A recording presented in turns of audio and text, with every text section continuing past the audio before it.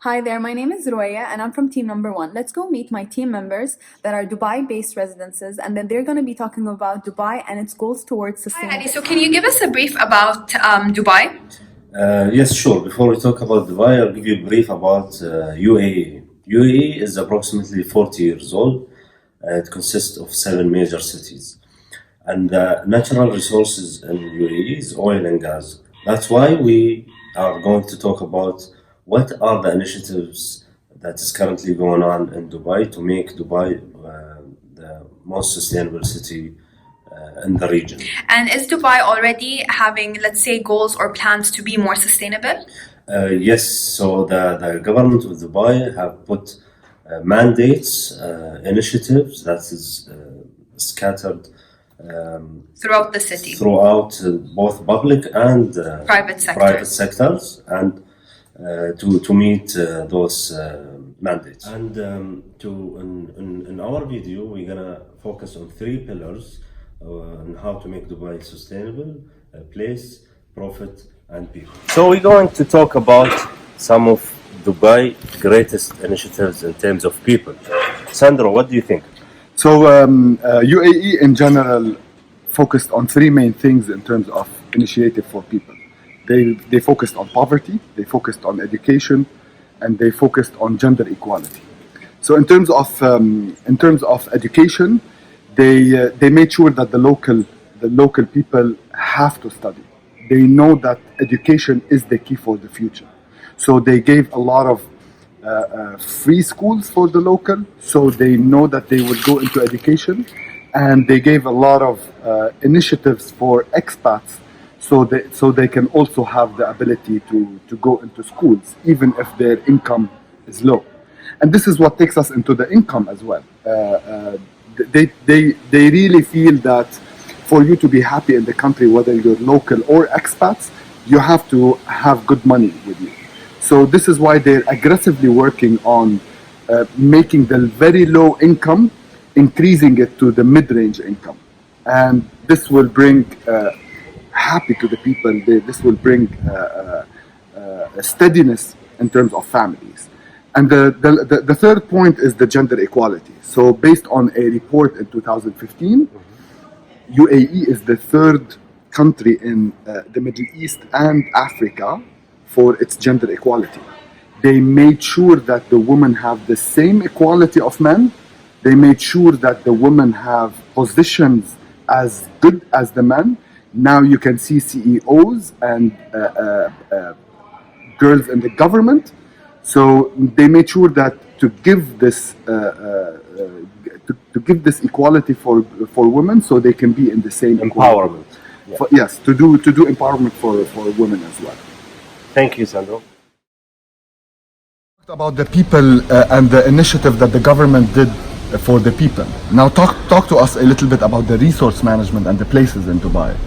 Yeah, so within the place, so Dubai, I think, as everybody knows, is often best known for a luxurious lifestyle. We have obviously things like the nice skyscrapers, 7-star hotels, and this is often what gets a lot of the press. Now, I think what's really interesting, and for me at least as an expat of 15 years living in Dubai, of course I've enjoyed those luxuries. I find it very nice. It's great to have that. But what's been really encouraging is to see that the leadership of the UAE is really taking other aspects of sustainability actually very, very seriously. So infrastructure within the country has always been a key part of the leadership and part of their strategy. So, in the beginning it was things like road networks and these things. And I think now what they're looking at is things like resource management, waste management and those type of things to ensure that we have a much more sustainable growth for the future. And why do you think this is so important?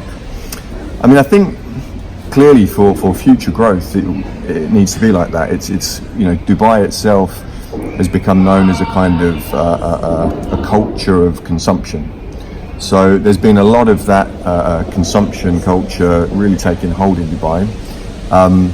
I think that's largely due to, like myself, being an expat. There's a huge population of expats living there, so they don't have that maybe long-term commitment to the country like the local nationals would.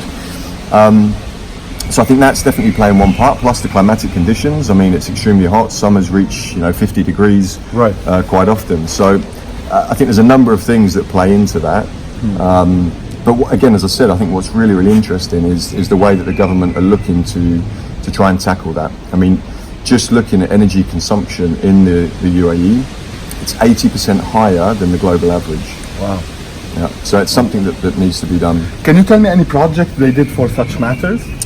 So part of the UAE Strategy 2021 is looking and really quite focused on renewable energy within this field. So what they've been working on, there's two projects in particular that they've been really looking at, has been a project called Masdar, and also there's been a solar park that they've put into place. And these are just, I think, two of the very big projects that they're looking at, which I think again just shows this commitment to the long-term sustainability of Dubai and the UAE in general. Thank you, John. Thanks. In recent years, the UAE has heavily invested in renewable energy. Prestigious projects, such as Masdar and the Mohammed bin Rashid Al Maktoum Solar Park, are leading examples in the world today.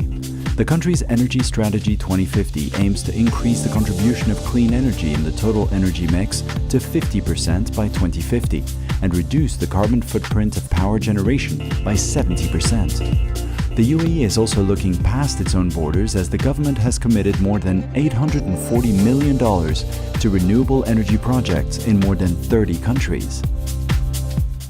Okay, so Thomas, we've spoken already today about the place and people aspect of sustainability when it comes to Dubai's vision. Maybe you can talk us through a little bit around profit. Yeah, of course.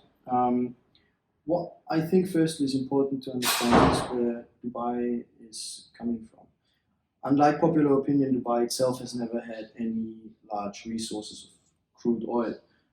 However, the development or the discovery of crude oil in the UAE has led to Dubai trying to establish their vision of what they want to do in the future, and has also triggered some funding from the UAE into the city of Dubai to develop into what they are today.